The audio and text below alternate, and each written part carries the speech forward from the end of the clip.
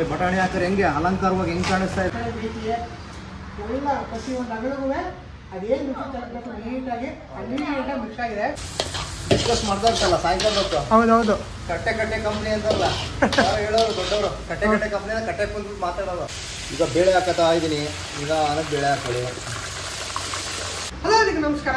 ಅನೀಶ್ ಮುನ್ನಾ ಬ್ಲಾಗ್ಸ್ಗೆ ಅಲ್ಲಿಗೂ ಸ್ವಾಗತ ಹೇಳ್ತಾ ಮತ್ತೆ ಹೊಸ ಬ್ಲಾಗ್ ಹೊಸ ಎಕ್ಸ್ಪ್ರೆಸ್ ಯಾವತ್ತು ಬಂದಿದ್ದೀವಿ. ನನ್ನ ಜೊತೆ ಇವತ್ತು ಶ್ರೀ ಹೋಟೆಲ್ ಅವನಾದ ಪ್ರಭು ಅವರಿದ್ದಾರೆ. ನಮಸ್ಕಾರ ಪ್ರಭು ಅವರೇ.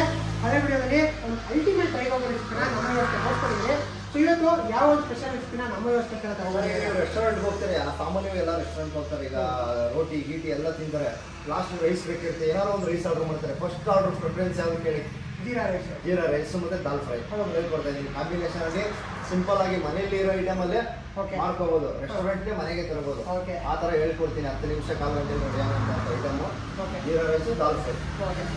ಬನ್ನಿ ಅಂದರೆ ಈ ಒಂದು ಜೀರಾ ರೈಸ್ ಮತ್ತೆ ದಾಲ್ ಫ್ರೈ ಮಾಡೋಕ್ಕೆ ಪ್ರಭು ಅವರು ಏನೆಲ್ಲ ಇಂಗ್ರೀಡಿಯೆಂಟ್ಸ್ ತಗೊಂಡಿದ್ದಾರೆ ಅವ್ರನ್ನ ಕೆಲಸ ಬೆಳೆಸ್ಕೊಳ್ಳೋಣ. ಪ್ರಭು ಅವರೇ ಏನೆಲ್ಲ ಇಂಗ್ರೀಡಿಯೆಂಟ್ಸ್ ತಗೊಂಡಿದ್ವಿ ಸಿಂಪಲ್ ಆಗಿ ಬನ್ನಿ ಅಂದರೆ ಮೊದಲಿಗೆ ದಾಲ್ ಫ್ರೈಗೆ ಐಟಮ್ಗಳು ತೋರಿಸ್ತೀನಿ. ದಾಲ್ ಫ್ರೈ ಮಾಡ್ಕೊಂಡ್ಬಿಡೋಣ. ಆಮೇಲೆ ಜೀರಾ ರೈಸ್ ಮಾಡ್ಕೊಂಡು ಕಲ್ಸ್ಬಿಡೋಣ. ನನಗೆ ಒಂದು ಈಗ ಕಂಪ್ನಿಯಿಂದ ಒಂದು ಊಟದ ಆರ್ಡರ್ ಬಂದಿದೆ. ಅವ್ರಿಗೆ ಕ್ವಾಂಟಿಟಿ ಸ್ವಲ್ಪ ಜಾಸ್ತಿ ಬೇಕು. ಜಾಸ್ತಿ ಆಗಿದೆ. ನೀವು ಮನೆಗೆ ಎಷ್ಟು ಬೇಕು ಅಷ್ಟು ಮಾಡ್ಕೊಳ್ಳಿ. ಐಟಮ್ ತೋರಿಸ್ಕೊಡ್ತೀನಿ ಏನೇನು ಹಾಕ್ಬೇಕು ಅಂದ್ಬಿಟ್ಟು. ಈಗ ಸ್ಟಾರ್ಟಿಂಗ್ ದಾಲ್ ಫ್ರೈಗೆ ಸರ್ ಬನ್ನಿ. ಈರುಳ್ಳಿ, ಕ್ಯಾಪ್ಸಿಕಮ್, ಹಸಿಮೆಣಸಿಕಾಯಿ, ಆಮೇಲೆ ಕರಿಬೇವಿನ ಸೊಪ್ಪು, ಆಮೇಲೆ ಟೊಮೊಟೊ. ಇದು ದಾಲ್ ಫ್ರೈಗೆ ಬೇಕಾಗಿರೋಂಥ ಐಟಮು. ಆಮೇಲೆ ನೆಕ್ಸ್ಟ್ ಜೀರಾ ರೈಸ್ಗೆ ಈರುಳ್ಳಿ ಸೇಮ್ ಅಲ್ಲಿ ಇರೋದೇ ಇಲ್ಲಿ ಸೇಮ್. ಕರಿಬೇವು, ಹಸಿಮೆಣಸಿನ್ಕಾಯಿ, ಆಮೇಲೆ ಹಸಿ ಬಟಾಣಿ. ಅದು ನಿಮ್ಗೆ ಆಪ್ಷನಲ್ಲು, ಚೆನ್ನಾಗಿರುತ್ತೆ ಹಾಕಿದ್ರೆ. ಓಕೆನಾ? ಬೆಳ್ಳುಳ್ಳಿ ಶುಂಠಿ ಪೇಸ್ಟ್. ಮೇಯ್ನು ಬೇಕಾಗಿರೋದು ಕಸ್ತೂರಿ ಮೆಂತ್ಯ, ಒಂದು ಸ್ವಲ್ಪ ಸಾಂಬಾರ ಪದಾರ್ಥಗಳು, ಸ್ವಲ್ಪ ಒಗ್ಗರಣೆಗೆ ಅಷ್ಟೇ. ನೀನು ಬೇಡ, ಸಿಂಪಲ್ ಆಗಿ ಹೇಳ್ಕೊಡ್ತೀನಿ. ಜೊತೆ ಗೋಡಂಬಿ. ಓಕೆನಾ? ಬನ್ನಿ ಸರ್ ಹೇಳ್ಕೊಡ್ತೀನಿ ಸಿಂಪಲ್ ಆಗಿ. ಈಗ ಒಂದು ಪರಾತ್ ಕಡಾಯಿ. ನಮ್ಮ ಕಡೆ ಪರಾತ್ ಅಂತಾರೆ, ಈ ಕಡೆ ಕಡಾಯಿ. ನಿಮ್ಮ ಕಡೆ ಪರಾತ್ ಅಂದ್ರೆ ಕಡಾಯಿನಾ? ಓಕೆ. ಜೀರಿಗೆ ಸಾಸಿವೆ ಹಾಕೊಂಡ್ಬಿಡೋಣ ದಾಲ್ ಫ್ರೈಗೆ. ನೆಕ್ಸ್ಟು ಕಸ್ತೂರಿ ಮೆಂತ್ಯ ಹಾಕತೀನಿ. ಮೇಯ್ನು ದಾಲ್ ಫ್ರೈಗೆ ಇದೇ ಘಮ ಕೊಡೋದು, ಕಸ್ತೂರಿ ಮೆಂತ್ಯ. ಓಕೆ. ಆಮೇಲೆ ಕರಿಬೇವಿನ ಸೊಪ್ಪು, ಹಸಿಮೆಣಸಿಗೆ ಚೆನ್ನಾಗಿ ಫ್ರೈ ಮಾಡ್ಕೊಳ್ಬೇಕು. ನೋಡಿ ಕಸ್ತೂರಿ ಮೆಂತ್ಯ ಘಮ ಹೆಂಗಿದೆ. ಹೌದು. ಏನಕ್ಕೆ ರೆಸ್ಟೋರೆಂಟಲ್ಲಿ ಟೇಸ್ಟ್ ಜಾಸ್ತಿ ಅನ್ಸೋದಲ್ಲ, ಇದೇ ಉದ್ದೇಶ. ಜಾಸ್ತಿ ಕಸ್ತೂರಿ ಮೇಥಿ ಯೂಸ್ ಮಾಡ್ತಾರೆ ಅವರು. ರೆಸ್ಟೋರೆಂಟಲ್ಲಿ ಜಾಸ್ತಿ ಬಳಕೆ ಆಗೋದೇ ಇದು ಕಸ್ತೂರಿ ಮೇಥಿ. ಓಕೆನಾ? ಆಮೇಲೆ ಈರುಳ್ಳಿ. ಏನ್ ಜಾಸ್ತಿ ಐಟಮ್ ಇವೆಲ್ಲ ಮನೇಲಿ ಇದ್ದೇ ಇರುತ್ತೆ. ಕಾಮನ್ ಈರುಳ್ಳಿ ಅಂತ ಇದ್ದೇ ಇರುತ್ತೆ. ಹಸಿಮೆಣಸಿಕಾಯಿ ಯಾವಾಗಲೂ ಮನೇಲಿ ಹಸಿಮೆಣಸಿಕಾಯಿ, ಈರುಳ್ಳಿ, ಟೊಮೊಟೊ ಇದ್ದೇ ಇರುತ್ತೆ. ಇಷ್ಟಲ್ಲಿ ತಗೊಂಡು ಐಟಮ್ ಮಾಡ್ಕೊಳ್ಳೋದು. ನೀವು ನಂಗೆ ರೆಸ್ಟೋರೆಂಟ್ ಅಲ್ಲಿ ಯಾಕೆ ಅಷ್ಟೊಂದು ಟೇಸ್ಟ್ ಜಾಸ್ತಿ ಅಂದ್ರೆ ಕಸ್ತೂರಿ ಮೆಥಿ, ಬೆಳ್ಳುಳ್ಳಿ ಶುಂಠಿ ಪೇಸ್ಟ್ ಇದೇ ಮೈನ್. ಜಾಸ್ತಿ ಏನಪ್ಪಾ ಅಂದ್ರೆ ಹಚ್ಚೋದ್ರಲ್ಲೇ ಡಿಸೈನ್ ಅಲ್ಲೇ ಅವ್ರದ್ದು ಟೇಸ್ಟ್. ಹೌದು. ತರಕಾರಿ ಎಲ್ಲ ಡಿಸೈನ್ ಕಟ್ ಮಾಡಿ ಇಡ್ತಾನೆ, ಅದರಲ್ಲೇ ಟೇಸ್ಟ್ ಬರ್ತಾರೆ. ಹೌದು. ಹೀಗೆ ಅಡುಗೆಗಳಲ್ಲಿ ಸಾಮಾನ್ಯವಾಗಿ ತರಕಾರಿನ ಸ್ಟೈಲಾಗಿ ಹೊಡೆಯೋದ್ರಿಂದನೂ, ತರಕಾರಿಲಿ ಮಾಮೂಲಿ ದಪ್ಪ ದಪ್ಪ ಹೊಡೆದು ಅದೇ ಬೇರೆ ಟೇಸ್ಟ್ ಆಗುತ್ತೆ. ಸ್ಟೈಲ ಹೊಡಿತಾರೆ ನೋಡಿ, ಕ್ರಾಸ್ ಆಗಿ ಡೈಮಂಡ್ ಶೇಪು, ಸಣ್ಣಕ್ಕೆ, ಅದರಿಂದನೂ ಟೇಸ್ಟ್ ಬರುತ್ತೆ. ತರಕಾರಿ ಹೊಡೆಯೋದ್ರಲ್ಲೂ ಒಂದು ಕ್ರಮ ಇದೆ. ಆ ಕ್ರಮದಿಂದನೂ ಟೇಸ್ಟ್ ಬರುತ್ತೆ ಅಡುಗೆ. ಕಲಿಯೋದು ಬಹಳ ಇದೆ. ಹೌದು. ಚೈನೀಸ್ ರೆಸ್ಟೋರೆಂಟಲ್ಲಿ ಏನೋ ಬರೀ ಸ್ಟೈಲಿಶ್. ಹೌದು. ಅವ್ರೇನೋ ಅಲಂಕಾರದಲ್ಲೇ ಅಡುಗೆ ಮಾಡೋದು ಅಲ್ವಾ? ಅವ್ರು ಮಾಡಿದ್ಮೇಲೆ ಕೊಡೋದ್ರಲ್ಲೂ ಒಂದು ಡಿಸೈನ್ ಇಟ್ಟಿರ್ತಾರೆ, ಮಾಡುವಾಗಲೂ ಒಂದು ಪ್ಯಾಟರ್ನ್ ಇಟ್ಟಿರ್ತಾರೆ. ಆ ಡಿಸೈನ್ ಎಲ್ಲ ಹೊಡೆಯೋದ್ರಲ್ಲೇ ಟೇಸ್ಟ್ ಬರುತ್ತೆ. ಓಕೆ. ನೆಕ್ಸ್ಟ್ ಕ್ಯಾಪ್ಸಿಕಮ್ ಹಾಕೋತಾ ಇದ್ದೀನಿ.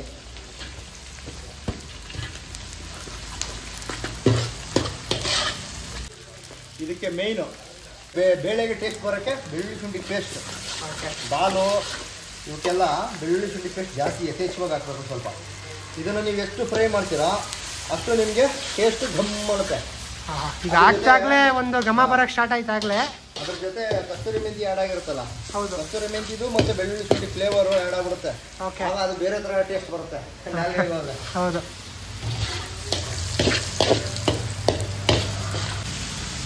ಆಗ್ತಿದ್ದಂಗೆ ಆಂಟಿಬಯೋಟಿಕ್ಕು ಅರಿಶಿನ.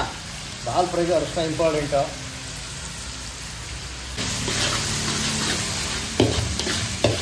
ನೋಡಿ ಬೆಳ್ಳುಳ್ಳಿ ಶುಂಠಿ, ಟೊಮೊಟೊ ಯಾವ ಟೈಮಲ್ಲಿ ಹಾಕೋಬೇಕು ಅಂದರೆ ಯಾವುದೇ ಪದಾರ್ಥ ಆಗಲಿ ಈ ಥರ ಬೆಳ್ಳುಳ್ಳಿ ಶುಂಠಿ ಪೇಸ್ಟ್ ಹಾಕೋ ಪದಾರ್ಥಗಳಲ್ಲಿ ಸ್ವಲ್ಪ ಫ್ರೈ ಆದ ತಕ್ಷಣ ಟೊಮೊಟೊ ಹಾಕೋಬೇಕು. ಟೊಮೊಟೊ ಹಾಕೋದು ಈ ಟೈಮಲ್ಲಿ ಹಾಕೋದ್ರಿಂದ ತಳ ಹಿಡಿಯಲ್ಲ. ಈಗ ಒತ್ತುತ್ತಲ್ವಾ, ಟೊಮೊಟೊ ರಸ ಹುಳಿ ಬೀಳುತ್ತಲ್ವಾ, ಆಗ ಹೊತ್ತಲ್ಲ. ಟೊಮೊಟೊ ಈ ಟೈಮಲ್ಲಿ ಹಾಕೊಂಡು ಫ್ರೈ ಮಾಡ್ಕೋಬೇಕು. ಉಪ್ಪು ಹಾಕ್ತಾ ಇದ್ದೀನಿ ಈ ಟೈಮಲ್ಲಿ. ಓಕೆ. ಉಪ್ಪು ನಿಮ್ಗೆ ಎಷ್ಟು ಬೇಕು ಟೇಸ್ಟಿಗೆ ತಕ್ಕಂತೆ ಹಾಕೊಳ್ಳಿ.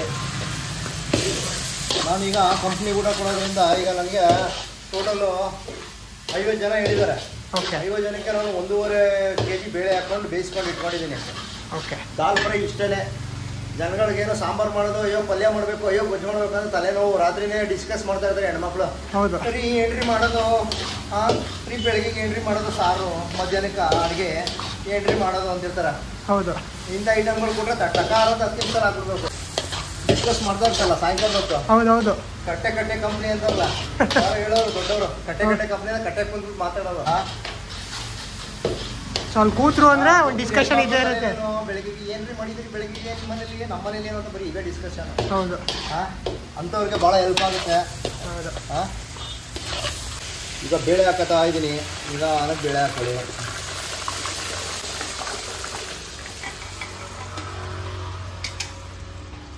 ನೋಡಿ ದಾಲ್ ಫ್ರೈ ಆಗೋಯ್ತು. ಹೌದು. ಈಗ ನಾನು ಎಲ್ಲಿಗೆ ಕಂಪ್ನಿ ಊಟ ಕಳಿಸ್ತಾ ಇದ್ದೀನಿ. ಒಂದು 50 ಜನ ಹೇಳಿದ್ದಾರೆ, 1.5 kg ಬೇಳೆ ಸಾಕು. ಓಕೆ. ಮನೆಗೆ ಸಾಮಾನ್ಯವಾಗಿ ಒಂದು ಮನೇಲಿ 5 ರಿಂದ 7 ಜನ ಇದ್ದೇ ಇರ್ತಾರೆ. ಅವ್ರಿಗೊಂದು 1/4 kg ಬೇಳೆ ಸಾಕು. ಓಕೆ. ಏನಾದ್ರು ಜಾಸ್ತಿ ಇದು ಹೆಂಗೆ ಅಂದ್ರೆ ಇದು ಬೇಳೆ ಚಪಾತಿ ಪರೋಟ ಎಲ್ಲದಕ್ಕೂ ಕಾಂಬಿನೇಷನ್. ಹೌದು ಹೌದು. ಒಂದು ಇದು ಮಾಡಿದ್ರೆ 5 ಅಡಿಗೆ ಮ್ಯಾಚ್ ಆಗುತ್ತೆ. ಅನ್ನಕ್ಕೆ ಸಾರು ಮ್ಯಾಚ್ ಆಗುತ್ತೆ. ಹೌದು. ಚಪಾತಿಗೆ ಗೊಜ್ಜು ಮ್ಯಾಚ್ ಆಗುತ್ತೆ. ಪರೋಟಾಗೆ ಗೊಜ್ಜು ಮ್ಯಾಚ್ ಆಗುತ್ತೆ. ಆಮೇಲೆ ಇಂಥ ಗೀ ರೈಸ್ ಇಂಥ ಐಟಮ್ಗಳು ಅದಕ್ಕೆ ಸೈಡ್ ಕಾಂಬಿನೇಷನ್ ಆಗಿ ಅದಕ್ಕೂ ತಿನ್ಕೋಬಹುದು. ದಾಲು ಎಲ್ಲ ಅಡಿಗೆಗಳಿಗೂ ಮ್ಯಾಚ್ ಆಗುತ್ತೆ. ಹೌದು. ಹಂಗೆ ಮನೆ ಹೇಳ್ಬೇಕಾದ್ರೆ ಒಂದು 1/4 kg ಅಷ್ಟು ಸಾಕು. ಓಕೆ. ಐಟಮು ನಾನು ಮೆಜರ್ಮೆಂಟ್ಗೆ ತಿಳಿಸಕ್ಕಂದ್ರೆ ನಾನು ದೊಡ್ಡ ಕ್ವಾಂಟಿಟಿ ತಗೊಂಡಿರೋದ್ರಿಂದ ಹೌದು ನಾನು ಮೆಜರ್ಮೆಂಟ್ ತಿಳಿಸ್ತಾ ಇಲ್ಲ. ಹಾಗಾಗಿ ಸೊ ಇದೇ ಪದಾರ್ಥ ಕ್ವಾಂಟಿಟಿ ಎಷ್ಟು ಬೇಕು ಅಂತ ಹಾಕೋದು, ಖಾರ ಎಷ್ಟು ಬೇಕು ಒಂದಿಷ್ಟು ಆದ್ರೆ ಸಾಕು. ಓಕೆ. ಬೇಳೆನ ಒಂದು 1/4 kg ಎಷ್ಟು ಹೇಳಿದ್ರಿ. ಸಾಮಾನ್ಯವಾಗಿ ಹೆಣ್ಮಕ್ಳಿಗೆ 5 ಜನಕ್ಕೆ ಎಷ್ಟು. ಅಯ್ಯೋ ಹೆಣ್ಮಕ್ಳ ಬಗ್ಗೆ ಅವರೇ ಮನೆ ನಡೆಸೋದು ಹೇಳ್ಬೇಕಾದ್ರೆ. ಹೌದು. ಅವ್ರು ಮನೆ ನಡೆಸಿದ್ರೆ ನಾವು ಗಂಡ್ಮಕ್ಳು ಹೊರಗಡೆ ಆರಾಮಾಗಿರ್ಬೋದು. ಹೌದು. ಫೈನಲಿ ದಾಲ್ ಆಗಿದೆ ನೋಡಿ, ಕುದೀತಾ ಇದೆ. ಯಾವಾಗ ಮಧ್ಯೆ ಬಬಲ್ಸ್ ಬರುತ್ತೋ ಉಪ್ಪು ಖಾರ ಎಲ್ಲ ಕರೆಕ್ಟ್ ಆಗಿರುತ್ತೆ ಅಂತ ಅರ್ಥ.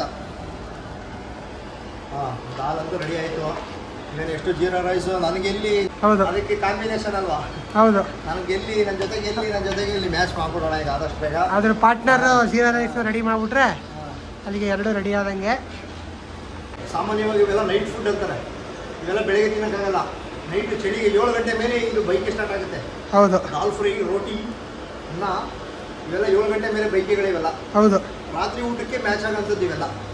ಬೆಳಗ್ಗೆ ತಿನ್ಬೋದು, ಬಟ್ ನೈಟ್ಗೆ ಅಂದರೆ ಮ್ಯಾಚ್ ಆಗ್ಬಿಡುತ್ತೆ. ಹೌದು. ರಾತ್ರಿ ಡಿನ್ನರ್ ಅಂತ ಇರೋದೇ ಇಂಥ ಪದಾರ್ಥಗಳಿಂದನೇ ಡಿನ್ನರ್ ಅಂತ ಹೆಸರು ಬಂದಿದ್ದು. ಅದು ಈ ವಾತಾವರಣಕ್ಕೆ ಸಿಕ್ಬಿಟ್ರೆ ತಿಂತಾ ಇದ್ರೆ ಒಂದು ಮಜಾನೇ ಬೇರೆ. ಅಂತೀವಿ ಇಂಗ್ಲೀಷಲ್ಲಿ ಡಿನ್ನರ್. ಹೌದು.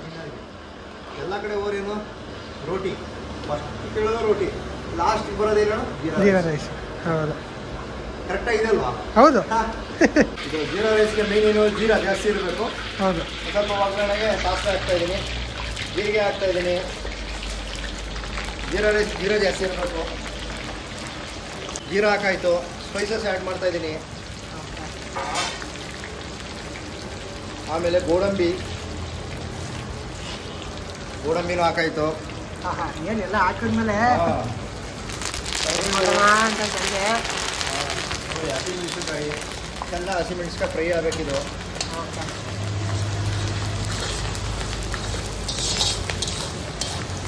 ಆಪ್ಷನಲ್ಲು ನಿಮ್ಮಿಷ್ಟ. ಓಕೆ. ಪ್ಲೇನ್ ಜೀರಾ ರೈಸ್ ಬೇಕಂದರೆ ಪ್ಲೇನಾಗಿ ಮಾಡ್ಕೋಬೋದು. ನಾನು ಹಸಿ ಬಟಾಣಿ ಇದೆಯಲ್ಲ ಆ್ಯಡ್ ಮಾಡ್ತಾಯಿದ್ದೀನಿ, ಚೆನ್ನಾಗಿರುತ್ತೆ, ಚೆನ್ನಾಗಿ ಕಾಣುತ್ತೆ, ಟೇಸ್ಟು ಚೆನ್ನಾಗಿ ಸಿಗುತ್ತೆ. ಬಟಾಣಿ ಬೈಟು ಬಟಾಣಿ ಸಿಕ್ಕರೆ ಇನ್ನೂ ಟೇಸ್ಟ್ ಅಲ್ವಾ.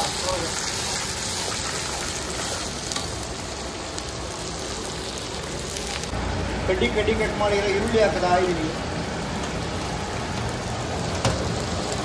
ಕೆಲವರು ಈರುಳ್ಳಿ ಹಾಕಲ್ಲ, ರೆಸ್ಟೋರೆಂಟ್ಗಳಲ್ಲಿ ಜಾಸ್ತಿ ಈರುಳ್ಳಿ ಹಾಕಲ್ಲ. ಹೌದು. ಈ ಫ್ರೈಗೆ ಜಾಸ್ತಿ ಈರುಳ್ಳಿ ಹಾಕಲ್ಲ.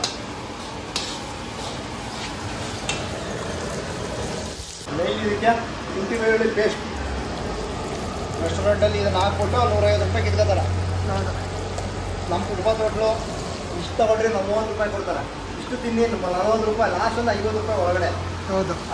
ಅದು ರೆಸ್ಟೋರೆಂಟ್ ಅವ್ರು ತಪ್ಪು ಅಂತ ಹೇಳೋಕ್ಕಾಗಲ್ಲ. ಅವ್ರ ಬಾಡಿಗೆ ಲೆಕ್ಕಾಚಾರಕ್ಕೆ ಅವ್ರು ವ್ಯಾಪಾರ ಮಾಡ್ತಿರ್ತಾರೆ. ನಮ್ಮ ಇದಕ್ಕೆ ನಮ್ಮ ಬಜೆಟ್ಗೆ ನಮ್ಮ ಲೆಕ್ಕ ನಮ್ಮ ಬೇರೆ ಥರ. ಸೊ ಶುಂಠಿ ಬೆಳ್ಳುಳ್ಳಿ ಪೇಸ್ಟ್ನ ಕೊನೆಯಲ್ಲಿ ಹಾಕೋಬೇಕಂಗಾರೆ ಆಗ ಫ್ರೈ ಮಾಡಬೇಕು, ಎಣ್ಣೆ ಬಿಡೋವರೆಗೂ ಹುರಿಬೇಕು. ಓಕೆ. ಸೊ ಕೆಲವರು ಸ್ಟಾರ್ಟಿಂಗ್ ಒಗ್ಗರಣೆಗೆ ಹಾಕ್ಬಿಡ್ತಾರಲ್ಲ, ಸೊ ಅದಕ್ಕೆ ಕೇಳಿದಾರೆ ನಿನ್ನ. ಒಗ್ಗರಣೆಗೆ ಈಗ ಫ್ರೈ ಮಾಡ್ಕೋಬೇಕು. ಓಕೆ. ಈಗ ಐದಾದ್ರು ಹಾಕಿ ಫ್ರೈ ಪೌಡರ್ ಹಾಕಿ. ಓಕೆ. ಈರುಳ್ಳಿ ಬೆಂದ ಮೇಲೆ ಹಾಕಿದ್ರೆ ಸ್ವಲ್ಪ ಬೇಗ ಈರುಳ್ಳಿ ಬೆಂದಿರುತ್ತಲ್ಲ, ಓಕೆ, ಬೇಗ ಫ್ರೈ ಆಗುತ್ತೆ. ಓಕೆ.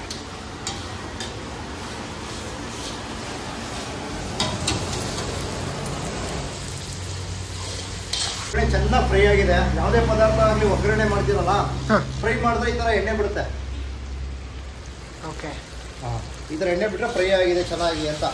ಈಗ ರೆಸ್ಟೋರೆಂಟ್ ಅಲ್ಲಿ ಏನ್ ಮಾಡ್ತಾರೆ, ಈಗ ಇಬ್ರು ಒಂದು ಟೇಬಲ್ ಕೂತಿರೋದು 5 ಜನ ಆರ್ಡರ್ ಮಾಡ್ತಾರೆ, 5 ಜನಕ್ಕೆ ಅಷ್ಟೇ ಒಗ್ಗರಣೆ ಹಾಕೊಂಡು ಇದಕ್ಕೆ ಅನ್ನ ಹಾಕ್ಬಿಟ್ಟು ಡಕ್ಕ ಡಕ್ಕ ಡಕ್ಕ ಡಕ್ಕ ಅಂತ ಹಿಂಗೆ ಅಂತಾರೆ. ಹೌದು, ಅಲ್ಲಿ ರೆಡಿ ಆಗೋದು 5 ಜನಕ್ಕೆ. ಇದು ನಾವು ಜಾಸ್ತಿ ಕ್ವಾಂಟಿಟಿ ಇರೋದ್ರಿಂದ ಬಾಂಡಿಗೆ ಹಾಕೊಂಡು ಬಗ್ಗಿಸ್ಕೊಂಡು ಕಲಿಸ್ಕೊತಾ ಇದೀವಿ. ಓಕೆ, ಓಕೆನಾ?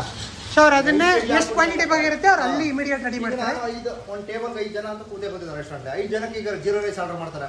ಕಡಾಯಿ ಇರುತ್ತೆ, ಒಗ್ಗರಣೆ ಹಾಕೊಂಡು ಅನ್ನ ಹಾಕ್ಬಿಟ್ಟು ಬಾಸ್ಮತಿ ಹಾಕ್ಬಿಟ್ಟು ಡಕ ಡಕ ಡಕ ಡಕ ಅನ್ಸ್ಬಿಟ್ಟು ಕೊಡ್ತಾರೆ. ಹೌದು. ಸೊ ಇಲ್ಲಿ ನೀವು ಸ್ವಲ್ಪ ಹ್ಯೂಜ್ ಕ್ವಾಲಿಟಿ ಆಗಿರೋದ್ರಿಂದ ನೀವು ಸ್ವಲ್ಪ ಮಾಸಾಗಿ ಮಾಡ್ಕೊಂಡಿದ್ದೀರಾ ಅಷ್ಟೇ. ಓಕೆ, ರುಚಿಗೆ ತಕ್ಕಷ್ಟು ಉಪ್ಪು ಹಾಕ್ತಾ ಇದ್ದೀನಿ.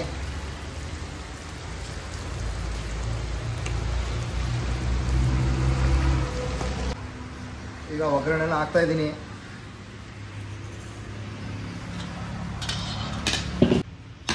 ನೋಡಿ ಹಾಕಿದ್ದೀನಲ್ವಾ, ಕಲ್ಸೋದು ಒಂದು ಕಲೆ. ಹೌದು, ಚಮಚಲ್ಲಿ ಹಿಡ್ಕೊಂಡು ಈ ಥರ ರೋಲ್ ಮಾಡ್ತಾ ಹೋಗ್ಬೇಕು. ಯಾವುದೇ ಪದಾರ್ಥ ಈ ಪಾತ್ರೆ ಹಿಡ್ಕೊಂಡೆ ಪಾತ್ರನ ರೋಲ್ ಮಾಡ್ತಾ ಹೋದ್ರೆ ಸರಿಯಾಗಿ ಮಿಕ್ಸಿಂಗ್ ಆಗುತ್ತೆ.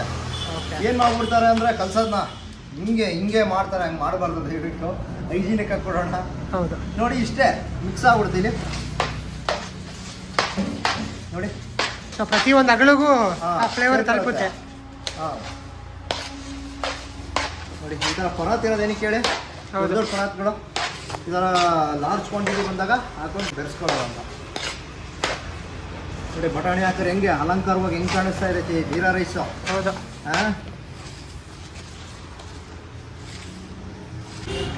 ಈಗ ಲಾಸ್ಟ್ಗೆ ನಾನು ಎಲ್ಲರೂ ಒಗ್ಗರಣೆಗೆ ಹಾಕೋತಾರೆ ತುಪ್ಪ. ಓಕೆ, ನಾನು ಯಾಕಂದ್ರೆ ಒಗ್ಗರಣೆಗೆ ಹಾಕಿದ್ರೆ ಎಲ್ಲ ಬೆಂದೋಗ್ಬಿಡುತ್ತೆ, ಅಂದ್ರೆ ಎಣ್ಣೆಗೆ ಅದಕ್ಕೂ ಮ್ಯಾಚ್ ಆಗಲ್ಲ. ತುಪ್ಪದ ಟೇಸ್ಟ್ ಸಿಗ್ಬೇಕಲ್ಲ ಟೇಸ್ಟು. ಅದಕ್ಕೆ ನಾನು ಮಾಡ್ತೀನಿ ಅನ್ನದ ಮೇಲೆ ಹಾಕೋತಾ ಇದ್ದೀನಿ ನಿಮಗೆ. ಓಕೆ, ಸೊ ಕೊನೆಯಲ್ಲಿ ಅದ್ರದ್ದು ಒಂದು ಟೆಕ್ಸ್ಚರ್ ಸಿಗಲಿ ಅಂತ ತುಪ್ಪದ್ದು ಟೇಸ್ಟ್ ಸಿಗ್ಬೇಕಲ್ಲ. ಹೌದೌದು ಅಲ್ವಾ? ಹೌದು. ಓಕೆ, ಜೀರಾ ರೈಸ್ ಅಂತೂ ರೆಡಿ ಆಗಿದೆ. ಹೌದು, ಕಂಪ್ನಿ ಊಟ ಆಗಬೇಕಲ್ಲ, ಪ್ಯಾಕಿಂಗ್ ಪ್ರೊಸೆಸ್ ನಡೀತಾ ಇದೆ, ಕಟ್ತಾ ಇದ್ದಾರೆ. ಓಕೆ, ಹಾಗಾಗಿ ಸ್ವಲ್ಪ ಲೇಟ್ ಆಯ್ತು ವಿಡಿಯೋ. ಓಕೆ, 10 ನಿಮಿಷದಲ್ಲೇ ಆಗೈತೆ ಐಟಮು. ಹೌದು. ಸ್ವಲ್ಪ ಸೊ ಇವಾಗ ಕಂಪ್ಲೀಟ್ ಆಗಿ ಮುಗಿಸಿ ಪ್ರಭು ಅವರು. ಸೊ ಅವ್ರು ಅವಾಗಲೇ ಮೆನ್ಷನ್ ಮಾಡಿದ್ರು ವಿಡಿಯೋ ಸ್ಟಾರ್ಟಿಂಗಲ್ಲೇ ಆರ್ಡ್ರ್ ಇತ್ತು ಅಂತ.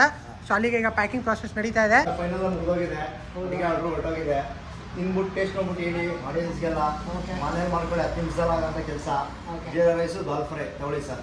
ಸೊ ಫೈನಲಿ ಒಂದು ರೆಸ್ಟೋರೆಂಟ್ ಸ್ಟೈಲ್ ಜೀರಾ ರೈಸ್ ಹಾಗೆ ಅದಕ್ಕೆ ಕಾಂಬಿನೇಷನ್ ದಾಲ್ ಫ್ರೈನ ಪ್ರಭು ಅವ್ರು ನಿಮಗೆ ತೋರಿಸ್ಕೊಟ್ಟಿದ್ದಾರೆ. ಇವಾಗ ನನಗೂ ಟೇಸ್ಟ್ ನೋಡೋಕೆ ಕೊಟ್ಟಿದ್ದಾರೆ.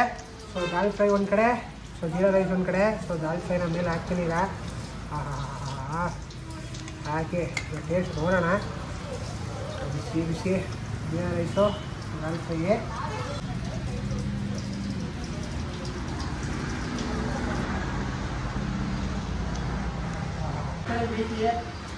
ಎಲ್ಲ ಪ್ರತಿಯೊಂದು ಅಗಳಿಗೂ ಅದೇನು ರುಚಿ ತರಬೇಕು ನೀಟಾಗಿ ಅನ್ಲಿಮಿಟೆಡ್ ಮಿಕ್ಸ್ ಆಗಿದೆ. ಜೀರಾ ರೈಸು ಒಂದು ಅಲ್ಟಿಮೇಟು, ಪಕ್ಕ ರೆಸ್ಟೋರೆಂಟ್ ಸ್ಟೈಲ್. ಅದನ್ನು ಮಾತ್ರ ನಾನು ಹೇಳ್ಬೋದೆ, ಮನೆಗೆ ತರಿಸ್ಕೊಂಡಿದ್ದೀನಿ. ಮನೆ ರೆಸ್ಟೋರೆಂಟ್ ಸ್ಟೈಲ್ ಟೇಸ್ಟ್ ಅಂತೂ ಅಲ್ಟಿಮೇಟು. ಆ ಸ್ಪೈಸಿನೆಸ್ಸು, ಖಾರ. ನಾನು ಯೂಶಲಿ ರೆಸ್ಟೋರೆಂಟ್ ಟ್ರೈ ಮಾಡೋದು, ನಾವು ಹೇಳ್ಬೇಕು ಅವ್ರಿಗೆ ಸ್ಪೈಸಿನೆಸ್ ಬೇಕು ಅಂದರೆ ಮಾಡ್ಬೋದಪ್ಪ. ರೆಸ್ಟೋರೆಂಟಲ್ಲಿ ಸಾಮಾನ್ಯವಾಗಿ ಖಾರ ಕಡಿಮೆ ಇರುತ್ತೆ. ಏನಕ್ಕೆ ಸಪ್ಪೆ ಇದ್ದಾರೆ ಅಂತ ಗೊತ್ತಿಲ್ಲ ರೆಸ್ಟೋರೆಂಟಲ್ಲಿ. ಖಾರ ಇದನ್ನ ಅಡುಗೆಗೆ ಟೇಸ್ಟ್ ಬರೋದು. ನೀವು ಮಾಡಿರೋದು ಪ್ರಮೋರೆ ಖಾರ ಎಕ್ಸ್ಟ್ರಾಡಿನರಿ, ಟೇಸ್ಟು ಎಕ್ಸ್ಟ್ರಾಡಿನರಿ. ಸೊ ಎರಡನೇ ಮಾತೇ ಇಲ್ಲ. ಸೊ ಅದು ಕಾಂಬಿನೇಷನ್ ದಾಲ್ ಫ್ರೈ ಅಲ್ಟಿಮೇಟು. ಸೊ ಎರಡು ಹೆಂಗೆ ಮಾಡಬೇಕು ಅದು ಸಿಂಪಲ್ ಆಗಿ ಒಂದು ಇವಾಗ ಪದಾರ್ಥ ಬಳಸ್ಕೊಂಡು ಹಾಗೆ ಪ್ರಭು ಅವ್ರು ಹೇಳಿದಂಗೆ ರೆಸ್ಟೋರೆಂಟ್ ಸ್ಟೈಲ್ನ ನಿಮ್ಮ ಮನೆಗೆ ತರುವಂಥದ್ದು. ಸೊ ಆ ಕೆಲಸ ಈ ವಿಡಿಯೋ ನೋಡಿದ್ಮೇಲೆ ನೀವು ಖಂಡಿತ ಮಾಡ್ತೀರಾ ಅಂತ ಭಾವಿಸ್ತಾ. ಸೊ ದಾಲ್ ಫ್ರೈ ಹಾಗೆ jeera rice combination ultimate. So ನಾನಂತೂ ಕಂಪ್ಲೀಟಾಗಿ ತಿಂದು ಮುಗಿಸಿ ಮತ್ತೆ ನಿಮ್ಗೆ ಸಿಗ್ತೀನಿ. ಸೊ ಟೈಮ್ ನೀವು ಅಡಿಷನಲ್ ಹಾಕಿದ್ರೆ ಬಟಾಣಿ ಪ್ಲೇನ್ ಮಾಡ್ಕೊಡ್ತಾರೆ, ಜೀರಿಗೆ ಹಾಕ್ಬಿಡ್ತಾರೆ. ಅದ್ರ ಜೊತೆ ಈಗ ಎಲ್ಲ ಆ್ಯಡ್ ಆಗಬೇಕು. ಗೋಡಂಬಿ, ಆಮೇಲೆ ಬಟಾಣಿ, ಹಸಿ ಬಟಾಣಿ, ಇಲ್ಲ ಟೇಸ್ಟ್ ಎಕ್ಸ್ಟ್ರಾ ಕೊಡುತ್ತೆ. ಒಂದು ಕಡೆ ಅದ್ರ ಕಳೆನೂ ಹೆಚ್ಚುತ್ತೆ, ಒಂದು ಕಡೆ ರುಚಿನೂ ಹೆಚ್ಚುತ್ತೆ. ಸೊ ಎರಡು ಅಲ್ಟಿಮೇಟ್ ಆಗಿದೆ. ಸೊ ನೀವು ಮನೇಲಿ ಟ್ರೈ ಮಾಡಿ ಹೇಗಿತ್ತು ಏನು ಅಂತ ಮನೇಲಿ ವಿಡಿಯೋ ಕಮೆಂಟ್ ಹಾಕಿ. ಸೊ ಫೈನಲಿ ಪ್ರಭು ನಿಮಗೆ ಈ ವಿಡಿಯೋದಲ್ಲಿ ಜೀರಾ ರೈಸ್ ಹಾಗೆ ದಾಲ್ ಫ್ರೈ ರೆಸಿಪಿನ ಹೇಳ್ಕೊಟ್ಟಿದ್ದಾರೆ. ಸೊ ಅದು ರೆಸ್ಟೋರೆಂಟ್ ಸ್ಟೈಲಲ್ಲಿ. ಸೊ ಮನೆಗೆ ನೀವು ಮನೆಗೆ ಟ್ರೈ ಮಾಡಿ ಹೆಂಗಿತ್ತು ಏನು ಅಂತ ಮನೆಯ ವಿಡಿಯೋ ಕಮೆಂಟ್ ಹಾಕಿ. ಮತ್ತೆ ಇನ್ನೊಂದು ಹೊಸ ರೆಸಿಪಿ ಜೊತೆ ಪ್ರಭು ಜೊತೆ ಮತ್ತೆ ಸಿಗ್ತೀನಿ ಅಂತ ಹೇಳ್ತಾ ಈ ವಿಡಿಯೋ ನಿಮ್ಗೆ ಇಷ್ಟ ಆಯ್ತು ಅನ್ಕೋತೀನಿ. ಹಾಗೆ ಇಷ್ಟ ಆದ ವಿಡಿಯೋ ಲೈಕ್ ಮಾಡಿ, ಶೇರ್ ಮಾಡಿ, ಕಮೆಂಟ್ ಮಾಡಿ. ಹಾಗೆ ನೀವಾಗ ನನ್ನ ಚಾನಲ್ ಹೊಸ ನೋಡ್ತೀರಾ ಮನೆ ನನ್ನ ಚಾನಲ್ ಸಬ್ಸ್ಕ್ರೈಬ್ ಮಾಡ್ಕೊಳ್ಳಿ. Thank you.